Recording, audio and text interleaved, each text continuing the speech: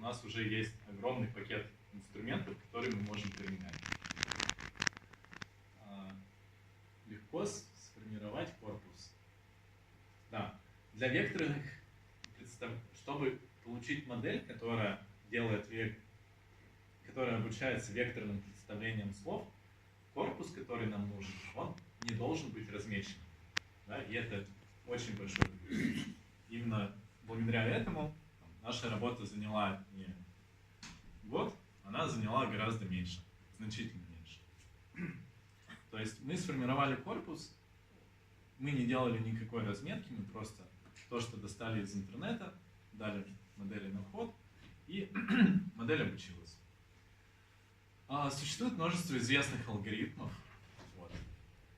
векторных представлений. Например, Word2Vec, самый простой, который мы, собственно, взяли, это Globe и FastText. FastText — это продукт Фейсбука, то, что я знаю. Вот. Собственно, они уже не такие тривиальные, они гораздо больше ориентированы на контекст предложений.